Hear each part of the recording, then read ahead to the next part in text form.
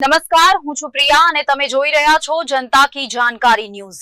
નજર કરીએ આજના સમાચાર ઉપર। રાજકોટ જિલ્લાના ઉપલેટામાં વિજયાદશમીના પાવન પર્વ પર રાજપૂત સમાજ દ્વારા શસ્ત્ર પૂજન કરવામાં આવ્યું। ઉપલેટામાં દશેરાના પાવન પર્વ નિમિત્તે રાજપૂત સમાજ દ્વારા શસ્ત્ર પૂજન કરવામાં આવ્યું હતું। ભગવાન રામે અસુરી શક્તિ ધરાવતા રાવણને હણી વિજય પ્રાપ્ત કર્યો હતો। આ અવસર એટલે વિજયાદશમી। ત્યારે આજે ઉપલેટા અને તાલુકાના રાજપૂત સમાજની દર વર્ષની પરંપરા મુજબ આ વર્ષે પણ રાજપૂત સમાજથી ઉપલેટાના બસ સ્ટેશન ચોક, રાજમાર્ગ રોડ, બાપુના બાબલા ચોક, ગાંધી ચોક, જીકરિયા મસ્જિદ ચોક થઈને દરબારગઢ ચોક ખાતે પૂર્ણાહુતિ કરવામાં આવી હતી। સમી વૃક્ષ પર જઈ વિધિવત શસ્ત્ર પૂજન કર્યા હતા। બાદ ઉપલેટા રાજપૂત સમાજ ખાતે સમૂહ શસ્ત્ર પૂજન કરવામાં આવ્યું।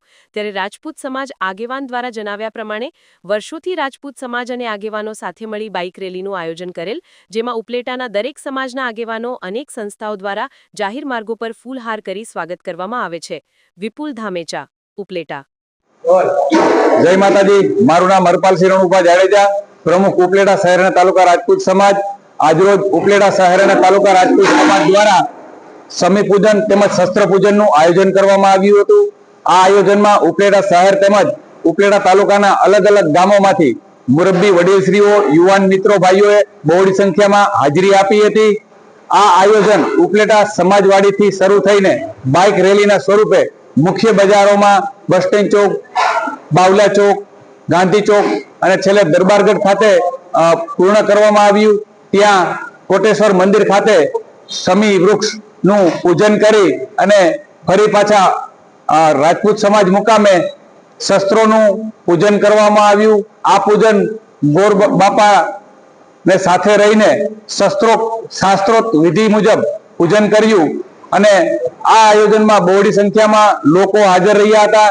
તેમજ આજના વરસાદી વાતાવરણને લીધે આજનું શસ્ત્રો પૂજન એ રાજપૂત સમાજ મુકામે રાખેલું હતું। તો જે કોઈ વડીલો, ભાઈઓ, યુવાનો આ શસ્ત્ર પૂજનમાં બહોળી સંખ્યામાં હાજરી આપી તે સૌનો હું રાજપૂત સમાજ ઉપલેટા વતી આપ સૌનો ખૂબ ખૂબ આભાર માનું છું। જય માતાજી। જય માતાજી।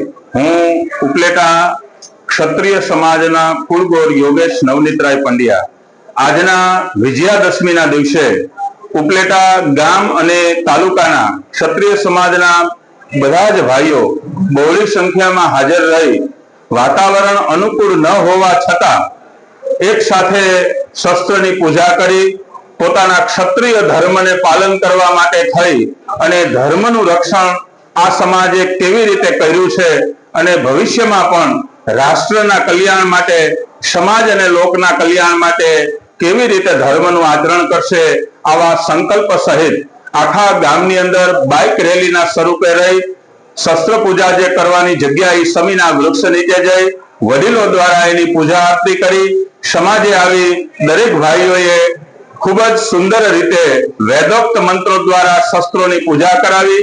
માં ભવાનીનું 108 નામ વડે પૂજન કર્યું અને મહાઆરતી કરી બધા જ લોકો અલ્પાહાર લઈ અને પછી ખૂબ રાજી ખુશીથી છૂટા પડેલા છે। તો ઉપલેટા તાલુકાના બધા જ ક્ષત્રિય સમાજના ભવ્ય કાર્યક્રમને કાયમને માટે હું બિરદાવું છું।